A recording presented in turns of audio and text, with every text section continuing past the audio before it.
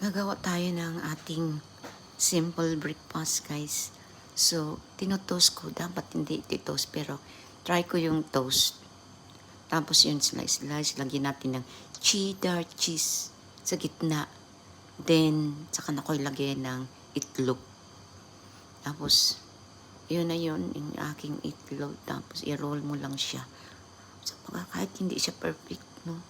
At least, naluto siya. Okay na yan. Huwag masyadong sarap kayo yan. Kasi cheddar cheese yan at saka may itlog. Just plain. Okay? Nakain na tayo. Ano ba yan? Ano yung aking? Hindi maganda pagkaan.